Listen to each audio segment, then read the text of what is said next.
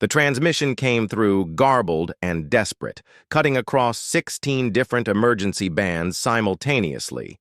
Ambassador Nix Avel of the Luminari Collective slumped against the communications array, violet blood seeping from wounds that his exoskeleton could no longer contain. Behind him, the central chamber of the diplomatic vessel lay in ruins, bodies of his crew scattered like broken figurines. "This is Ambassador Nix Avel of the Luminari requesting immediate assistance from any nearby vessels. The Vexthar have violated the Galactic Accord. They've slaughtered my protection detail and are attempting to seize classified xenobiological data. Our engines are disabled. We have approximately 12 standard cycles before life support fails." His trembling appendage hovered over the transmitter, hesitating only briefly before adding, "The Terran outpost at Proxima Station is nearest. If humans receive this message, I understand the risk of requesting your intervention. Your species' classification as Deathworlders is concerning. But the Vexthar leave us no choice." 3 light-years away aboard the Terran military vessel Indomitable, Commander Revna smiled slightly. "A calculated risk. One that paid off," the ambassador replied. "Which brings me to my purpose for this meeting. When we reach the assembly outpost, I will file a formal report recommending a reassessment of humanity's classification and standing within galactic affairs." The commander's expression remained neutral, though her interest was evident. "On what grounds?" "That the current classification of humans as dangerous Deathworlders is simultaneously accurate and profoundly incomplete," Nixaville explained. "Yes, your species evolved through violence and carries physical and psychological adaptations suited for survival in extreme conditions. But those same adaptations, persistence, creativity, and proportional response make humans uniquely qualified as peacekeepers in a galaxy where not all species respect diplomatic solutions." Revna considered this thoughtfully. "That would be a significant policy shift for the Luminari Collective. Recent events justify significant shifts," the ambassador stated simply. "Facts must outweigh assumptions, Commander, even uncomfortable ones." As the Indomitable approached the massive assembly outpost, a sprawling artificial construct housing representatives from over 30 spacefaring civilizations, the bridge crew maintained their professional composure despite the significance of the moment. This would be the first time a human military vessel had docked at an official assembly installation. Ambassador Nixaville stood beside Commander Revna as they watched the approach. Behind them, the crippled Vexthar dreadnought followed under. "Escort?" visible on the secondary view screen. "A historic arrival," the ambassador observed. "Let's hope it's remembered for the right reasons," Revna replied. The image on the main view screen shifted to show the assembly docking control officer, a member of the Trathalan species, with their characteristic crystalline exoskeleton. The officer's surprise at seeing a human commander standing beside the Luminari ambassador was poorly concealed. "Luminari diplomatic vessel, we received your distress code, but—" "This is not your ship," the officer stated, confusion evident. "That is correct," Nixaville replied formally. "The Terran military vessel Indomitable responded to our emergency transmission after a Vexthar attack destroyed our ship. They rescued our survivors and apprehended the attacking vessel, which follows under their escort." The docking officer's crystalline features shifted in shock. "I see. This is highly irregular. I will need to consult with assembly security protocols." "Perhaps," Ambassador Nixaville suggested, "you should instead notify the Assembly Council that Ambassador Nixaville of the Luminari Collective requests an emergency session to present evidence of Vexthar violations of the Non-Aggression Accord, and to formally recognize the Terran Confederacy's lawful intervention under Emergency Protocol 37B. The formality of the ambassador's language and his explicit invocation of assembly procedures left the docking officer little room to maneuver. After a moment's hesitation, the officer nodded. "Docking permissions granted to the Terran vessel Indomitable. Assembly security will escort the Vexthar ship to containment. The Council will be notified of your request, Ambassador. As the transmission ended, Commander Revna turned to the Luminari diplomat. That was remarkably efficient. Bureaucracies. Respond to their own language, Commander. Nixavel replied with what humans might interpret as amusement, even interstellar ones. Major Kalani approached them. Commander, Assembly Security is requesting deployment protocols for our vessel. Revna nodded. Standard diplomatic procedure. Minimum security complement, no visible weapons. She paused, then added with the faintest hint of a smile, but maintain full combat readiness aboard ship, just in case the Assembly's welcome isn't as warm as we hope. Understood, Commander. The Major departed to implement her orders. Ambassador Nixavel studied the human commander. Your caution is prudent, though I believe unnecessary.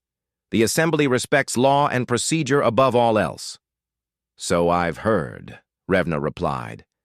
But humans have learned to hope for the best while preparing for alternatives.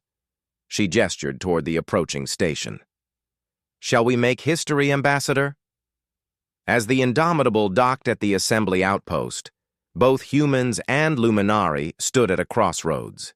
Of galactic politics, the Deathworlders had demonstrated their power and their restraint. Now came the harder task, proving they belonged among the stars not despite their nature, but because of it.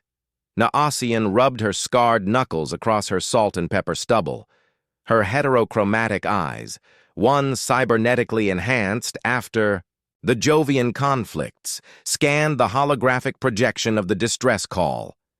Validate authentication protocols, she ordered. Lieutenant Kyo Moreau, his dark skin illuminated by the console's blue glow, nodded. Confirmation verified, Commander. It's genuine Luminari diplomatic encryption. Their vessel is approximately 0.8 light-years from our position, adrift in the Carina Nebula's outer boundary. Revna's expression hardened. The Luminari. Interesting. They voted against human inclusion in the Galactic Assembly 3 standard years ago, claimed our evolutionary aggression metrics made us unsuitable for civilized space. She turned to her XO. And now they're calling us for help. Major Ezra Kalani's face remained impassive, the intricate tattoos mapping his ancestral Pacific lineage shifting slightly as he spoke. The Vexthar are a militaristic hive mind species. If they're violating neutrality accords to attack diplomats, there's something larger at play. Agreed. Revna straightened her uniform. Navigator, plot fastest approach vector. Weapons officer, Dayu, bring all systems to combat readiness but maintain stealth protocols until my mark. Dayu's augmented fingers danced across her console, metallic implants gleaming. All offensive capabilities charged and ready, Commander. Revna addressed the bridge crew. The Galactic Assembly considers humans dangerous, volatile predators, from a high-gravity death world who evolved through violence. They fear our capacity for destruction. She paused, a grim smile forming. Let's show the Vexthar why that fear is justified when we're provoked. Engage quantum drive. The Indomitable vanished in a flash of controlled spatial distortion, leaving only the faintest energy signature in its wake. Aboard the damaged Luminari vessel, Nixavel dragged himself toward the medical bay.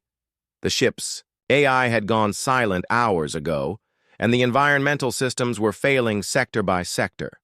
The only functional components were the basic life support and the secured vault containing the xenobiological samples, specimens that could revolutionize medical treatment across the galaxy or be weaponized by the wrong hands.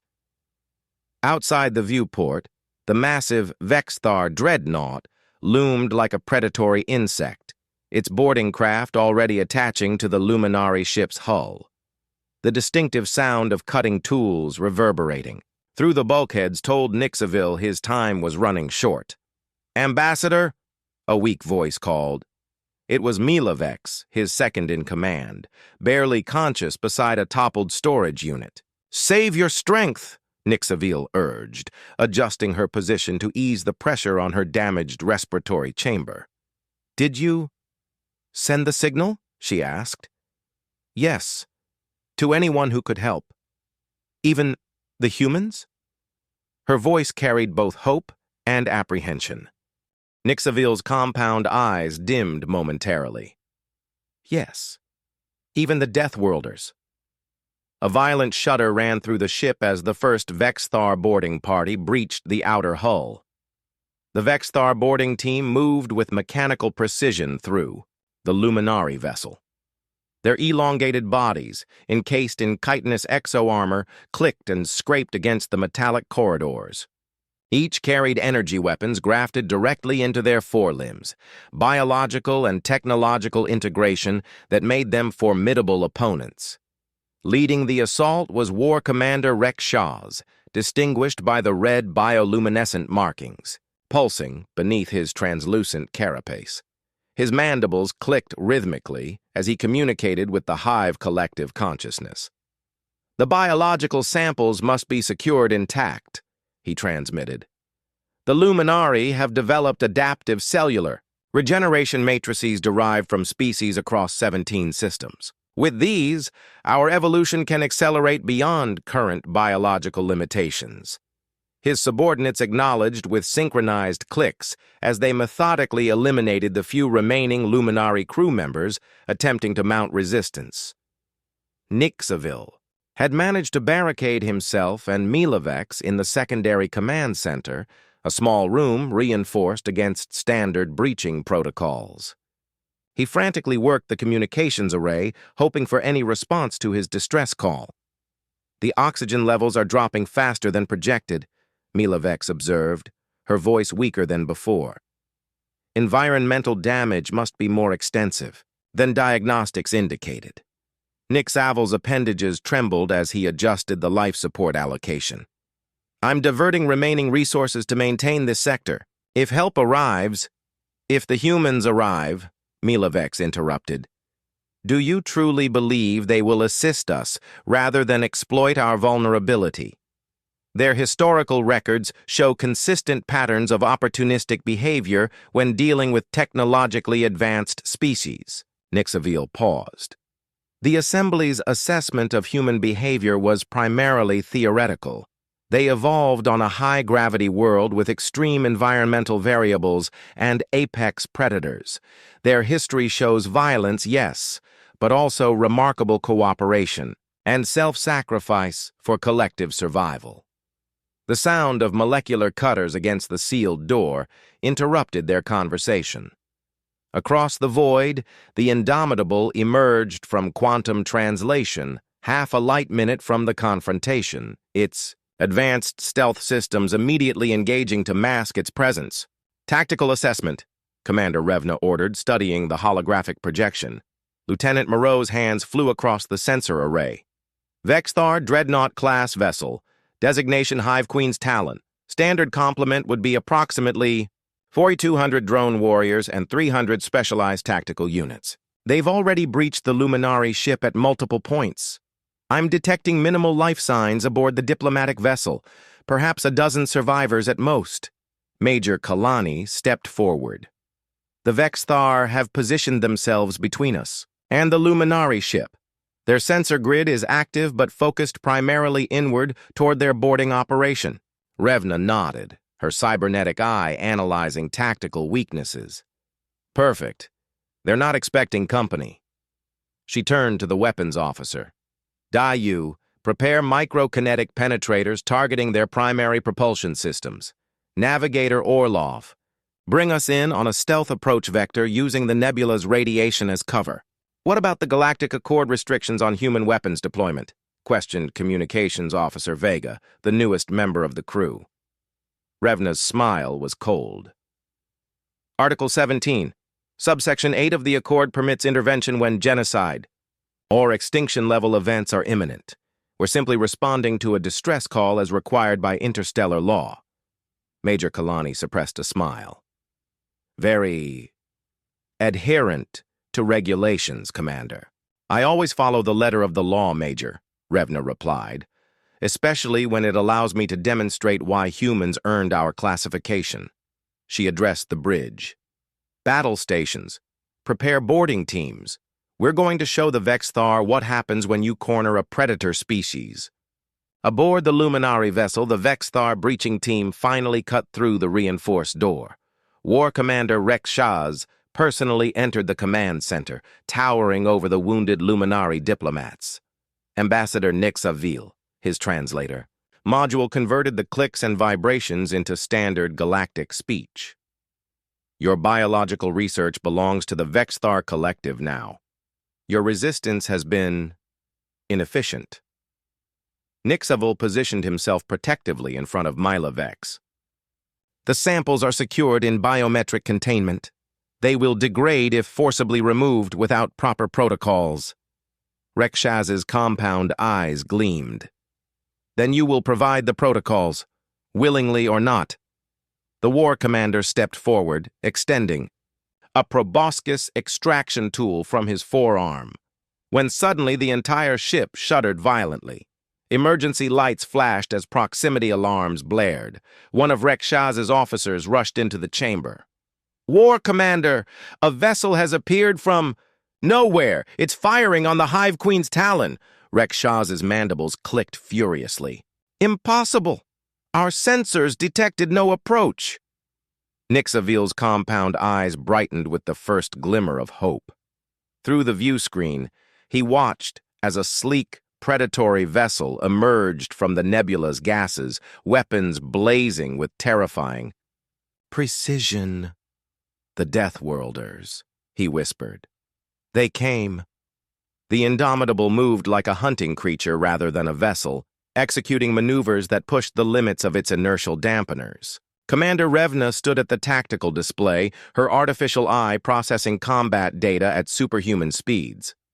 Target their propulsion and weapons arrays only, she commanded. Precision strikes. We need that dreadnought disabled, not destroyed. Tayo, microkinetic penetrators. Tungsten rods accelerated to near-relativistic speeds, struck the Vexthar vessel with surgical precision. There was no explosive flash, no dramatic detonation, just silent devastation as the projectiles punched through specific systems with mathematical perfection.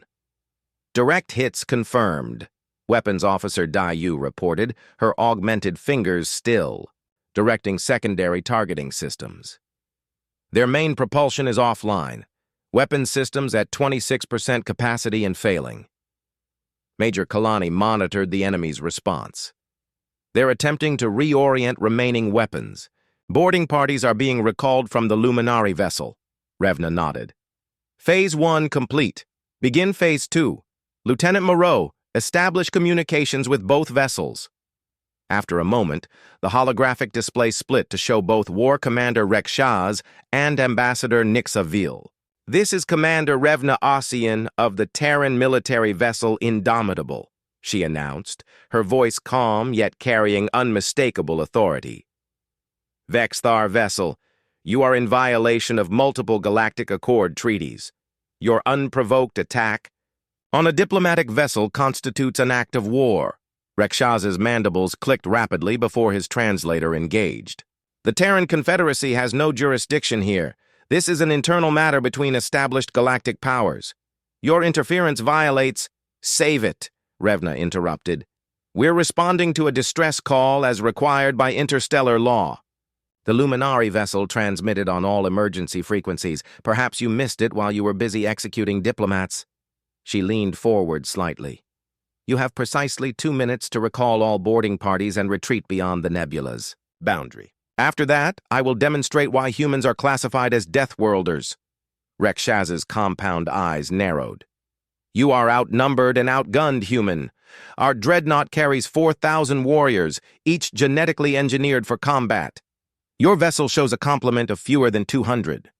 A cold smile spread across Revna's face. Interesting math. But you're forgetting something crucial about humans, War Commander. She paused. We evolved on a planet where everything was trying to kill us.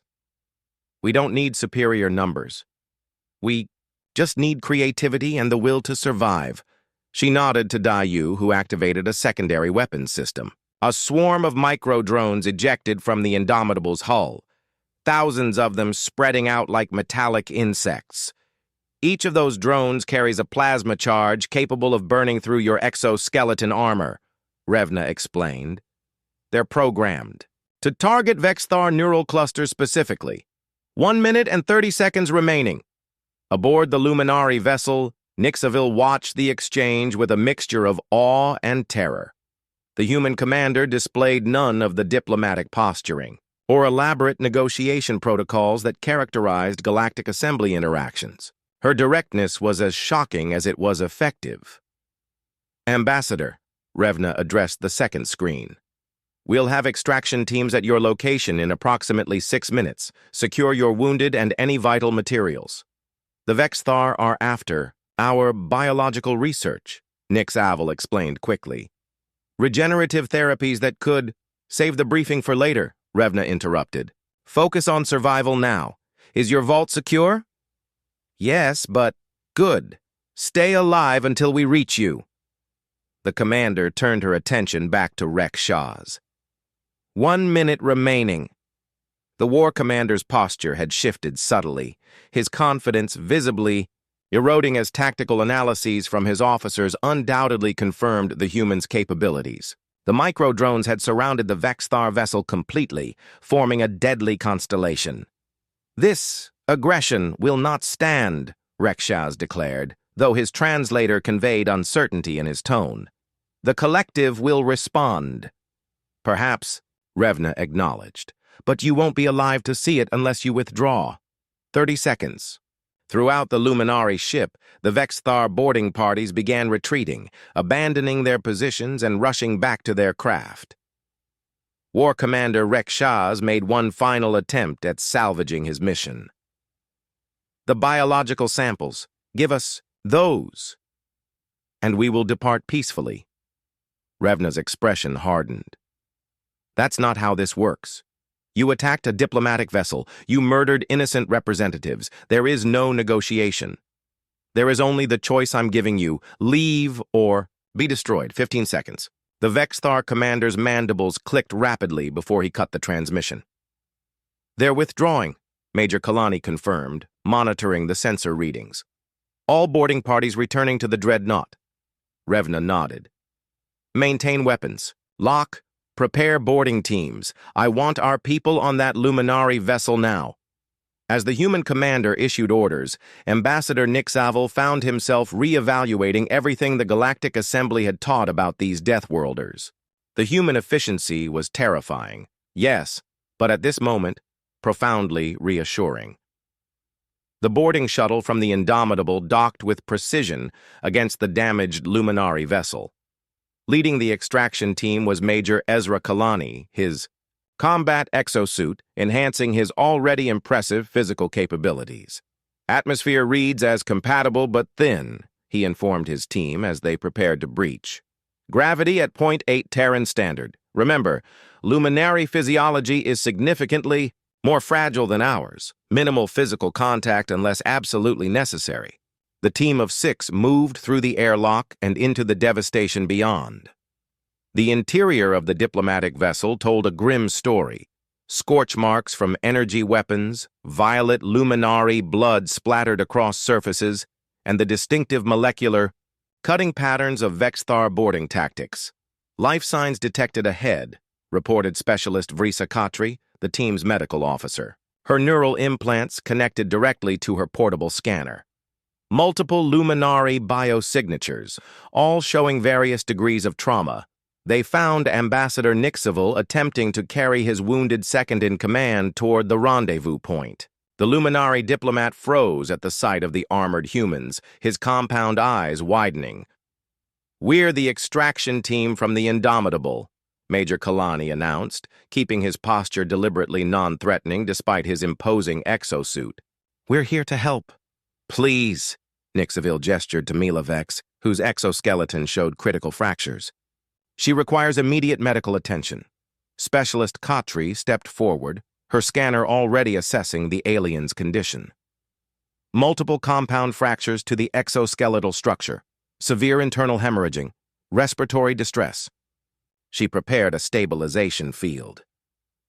I can stop the deterioration, but she needs our medical bay. As the team worked to stabilize the wounded Luminari, Major Kalani addressed Nixaville. Commander Ossian mentioned biological research. Where is it secured? The ambassador hesitated only briefly before responding. The primary vault, 3 decks below, biometrically sealed to my genetic signature. We'll need to retrieve it before, The Vexthar reconsider their retreat, Kalani stated. Can you walk? Yes, but the ship's internal transport systems are non-functional. We'll manage, Kalani assured him.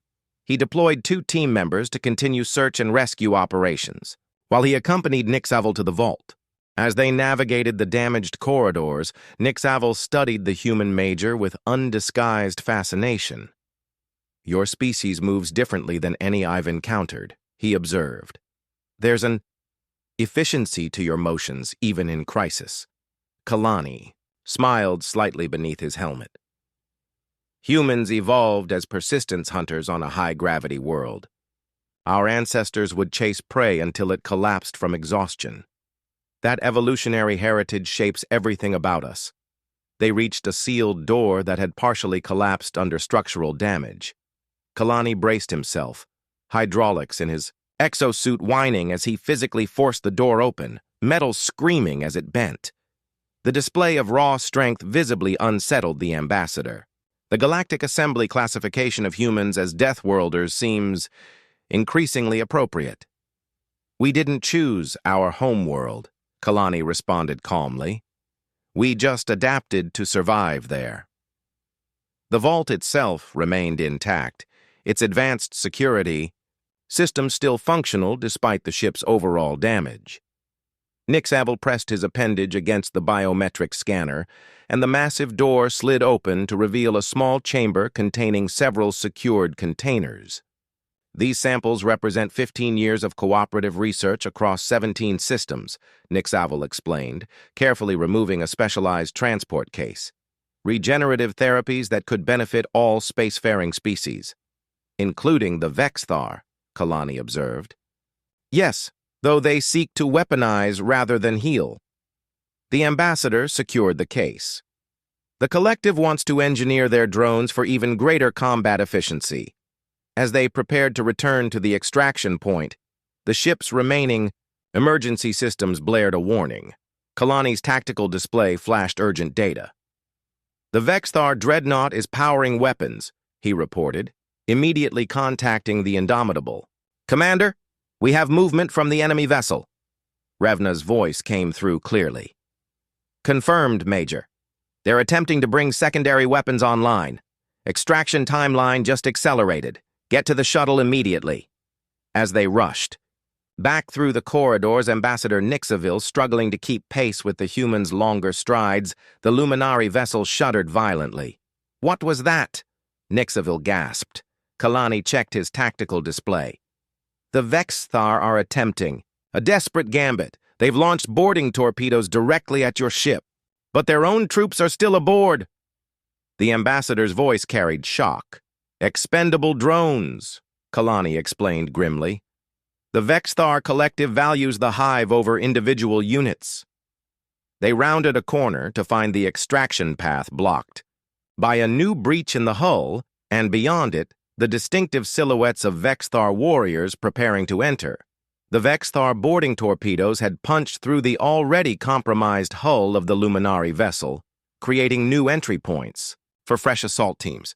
Major Kalani assessed the situation with practiced calm, his combat implants calculating variables and options at superhuman speed. Stand back, he instructed Ambassador Nixaville, positioning himself between the diplomat and the incoming threat. He switched to the team frequency. Extraction team, be advised, we have multiple new breach points. Hostiles incoming. Understood, Major, responded Lieutenant Petra Volkov, the team's tactical specialist. We've secured the remaining survivors and are proceeding to Extraction Point Echo 3, rerouting to your position. The first Vexthar warriors emerged through the breach, their chitinous armor glistening with an oily sheen under the emergency lighting. Unlike the previous boarding party, these drones wore specialized assault carapaces, clearly elites from the Dreadnought's primary combat collective. Kalani activated his exosuit's offensive systems. Ambassador, I need you to stay behind me and move precisely as I instruct. Understood? The Luminari diplomat nodded, clutching the biological research case against his thorax. Yes! Without warning, Kalani launched into action. His movements were fluid, yet devastatingly powerful as he engaged the first wave of Vexthar warriors. The exosuit amplified his already impressive strength, allowing him to physically tear through the alien exoskeletons. His combat style was a terrifying blend of efficiency and calculated violence. Not a single motion wasted. Ambassador Nix Avel watched in stunned silence. The Galactic Assembly reports had described humans as potentially dangerous, omnivorous persistence predators, but nothing had prepared him for the reality of witnessing a human soldier in combat. Major Kalani didn't simply fight, he hunted. 3 Vexthar drones lay broken on the deck within seconds. Kalani grabbed Nix Avel and pulled him through the momentary gap in the enemy line. "Move now," he ordered. 20 meters to the junction, then left. They rushed through the corridor as more Vexthar poured through breaches ahead and behind them. Kalani maintained constant communication with both his team and the Indomitable. "Commander, extraction route compromised," he reported. "Requesting tactical support." Commander Revna's response was immediate. "Targeting micro-drones redirected to your coordinates, creating extraction corridor in 3, 2, 1. The walls of the Luminari vessel vibrated as hundreds of the Indomitable's micro-drones penetrated the hull, swarming through the corridors ahead of them. Each drone, no larger than a human fingertip, carried a minuscule yet devastatingly effective plasma charge programmed to target Vexthar neural clusters. The effect was as horrifying as it was efficient. The Vexthar assault team ahead of them collapsed in synchronized agony as the micro-drones executed their programming with perfect precision. "Path clear," Kalani announced, urging the ambassador forward. "Extraction point 30 seconds ahead." They rounded the final corner to find the rest of the human team defending a position around the wounded Luminari crew. Specialist Khatri had established a portable medical field around the most critically injured, while Lieutenant Volkov coordinated defensive fire against approaching Vexthar. "Major," Volkov called out, "shuttle is prepped for immediate departure. The Vexthar Dreadnought is repositioning. They're trying to cut off our escape vector." Kalani helped Nixaville into the extraction shuttle, where the wounded Milovex and 7 other surviving Luminari crew members had been secured. "Tell me you've got that biological research," Khatri said as she monitored the stabilized patients. "Secure," Nix Avel confirmed, placing the case into a specialized containment unit. The shuttle detached from the dying Luminari vessel just as another wave of Vexthar torpedoes struck its hull. Through the viewport, Nixaville watched his ship begin to break apart. 15 years of diplomatic service reduced to expanding debris. "Approaching Indomitable," the shuttle pilot announced.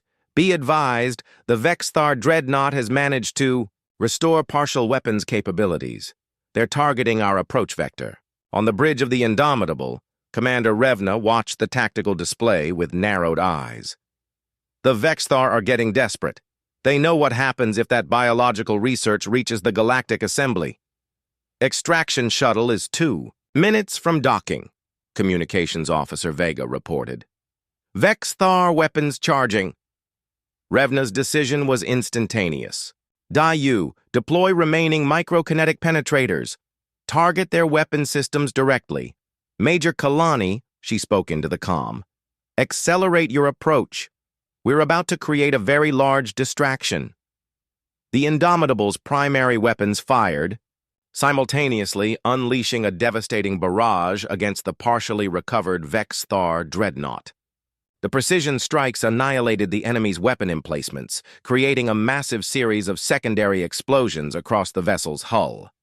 "Direct hits confirmed," Dayu reported with professional satisfaction. "Their weapons are offline. detecting multiple hull breaches and power fluctuations throughout their ship.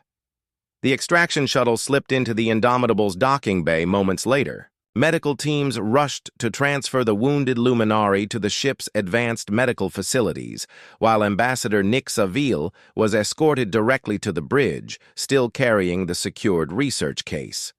As he entered the command center, the ambassador found himself facing Commander Revna Ossian, who stood calmly watching the disabled Vexthar dreadnought on the main view screen. "Ambassador," she greeted him without turning. "Welcome aboard the Indomitable." "Commander," Nick Saville's voice carried, a complex mixture of gratitude and lingering apprehension. "Your intervention saved not only our lives, but research that could benefit billions across the galaxy." Revna finally turned to face him, her mismatched eyes, one organic, one cybernetic, studying him with unnerving intensity. The question, "Now, Ambassador," is what happens next. Commander Revna's question hung in the air between them, a universe of implications contained in those simple words. Ambassador Nick Saville felt the weight of the moment, a diplomatic representative of a species that had actively campaigned against human inclusion in galactic affairs, now standing on the bridge of a human warship that had just saved his life. "By Galactic Assembly protocols," Nick Saville began carefully, "this incident must be reported immediately. The Vexthar have violated multiple sections of the non-aggression accord." "Yes," Revna agreed, gesturing toward the view screen where the crippled Vexthar dreadnought drifted helplessly. "But that's not what I asked. I want to know what you will say about human involvement." The implied question was clear. The Luminari Collective had been among the most vocal opponents of expanding human presence in galactic affairs. This incident, and how it was reported, could reshape perceptions throughout the assembly. Nick Saville's compound eyes shifted in the Luminari equivalent of deep contemplation. "Commander, before today, my understanding of humans came from theoretical analyses and historical data mining. Your species' evolutionary path as apex predators from a high-gravity death world led many in the assembly to caution against your rapid expansion." "A diplomatic way of saying you thought we were too dangerous to be trusted," Revna observed without rancor. "Yes," the ambassador admitted, "but theory and reality rarely align perfectly." He gestured around the bridge. "Your crew demonstrated precision and restraint that contradicts many assembly assumptions. You could have destroyed the Vexthar vessel entirely. Your weapons clearly had that capability, yet you chose targeted disablement." Major Kalani, who had joined them on the bridge, spoke up. "Humans evolved through violence, Ambassador, but also through cooperation. Our greatest strength isn't our capacity for destruction, it's our ability to form communities that protect their members." Nick Saville nodded slowly. "I will report exactly what happened here, that humans responded to our distress call when no other species would. That you risked your vessel and crew to save lives and preserve research that benefits all spacefaring species, and that you showed restraint when overwhelming force was available to you." Commander Revna studied the alien diplomat carefully. "That could complicate your position within the assembly." "Perhaps it should be complicated," Nick Saville replied. "Accurate data must supersede comfortable assumptions." The tactical alert sounded, suddenly drawing everyone's attention to the main view screen. The Vexthar dreadnought was showing signs of power restoration. "They're attempting to bring engines back online," Lieutenant Moreau reported from his station. "Minimal weapons capacity detected, but they're preparing to move." Revna turned to the ambassador. "Your diplomatic expertise would be valuable here. The Vexthar violated assembly law by attacking your vessel. What would be an appropriate response under galactic protocols?" Nick Saville appreciated the question. It was a subtle acknowledgement of respect for assembly procedures. "Standard protocol would require their surrender and escort to the nearest assembly outpost for tribunal." The commander nodded. "Communications Officer Vega, open a channel to the Vexthar vessel." When War Commander Rex Shaz appeared on screen, his posture was noticeably different. the previous arrogance diminished by defeat. "Human commander," his translator conveyed, "your intervention was unexpected. The collective will remember this." "I'm sure they will," Revna replied evenly. "Ambassador Nixavel of the Luminari is safely aboard our vessel, along with the biological research you attempted to steal. By Galactic Assembly law, your unprovoked attack on a diplomatic vessel requires your immediate surrender." The Vexthar commander's mandibles clicked rapidly. "The collective does not surrender." "Then you leave me no choice." Revna's voice hardened. "As acting enforcement agent under Assembly Emergency Protocol 37B, I am authorized to disable your vessel permanently and detain all personnel." The threat hung in the space between ships. After a long moment, Rekshaz responded. "The collective acknowledges your tactical advantage. We will comply with escort to an assembly outpost." After the transmission ended, Nixavel turned to Revna with new understanding. "You quoted an actual assembly protocol, one, specifically, designed for situations where standard enforcement isn't available. Humans may be newcomers to the galactic community," Revna replied with a slight smile. "But we're very thorough about understanding the rules, especially those that might someday protect us." The journey to the nearest assembly outpost took 3 standard days. During that time, the human medical team worked tirelessly to stabilize the wounded Luminari crew. Ambassador Nixavel spent hours in the ship's medical bay, watching with fascination as Specialist Khatri applied human medical technologies that were simultaneously more primitive and more innovative than standard galactic approaches. "Your medical techniques are remarkably adaptable," he observed, as she manually adjusted a bone-setting field around Milavex's damaged exoskeleton. "Humans had to evolve medical practices for a single species with extreme biological diversity," Khatri explained. "Different genetic backgrounds, different environments, different physiological responses to the same treatments. We learned to improvise and adapt. Another survival trait from your Deathworld origins." "Exactly," she agreed. "When everything is trying to kill you, you get very creative about staying alive." On the final day of their journey, Commander Revna invited the ambassador to a private meeting in her quarters. Unlike the sterile efficiency of the bridge, her personal space reflected a different aspect of humanity. Small mementos from distant planets, handcrafted items, and physical books, made of actual paper. "The assembly outpost is 6 hours ahead," she informed him. "I wanted to speak with you before we arrive." Nixavel nodded. "I anticipated this conversation." Revna gestured to a chair designed to accommodate non-human physiologies. "The biological research you were transporting, you mentioned it could benefit billions. What exactly does it do?" "It's a breakthrough in cellular regeneration," the ambassador explained. "A therapy that works across vastly different biological systems. It could allow species to recover from injuries that are currently fatal or permanently debilitating." "And the Vexthar wanted to weaponize it," Revna concluded. "Yes. They intended to create warrior drones that could instantly heal in combat." The commander considered this. "Ambassador, humanity's relationship with the Galactic Assembly has been complicated. Many species fear us because of our evolutionary background. Yet when you needed help, you called us specifically."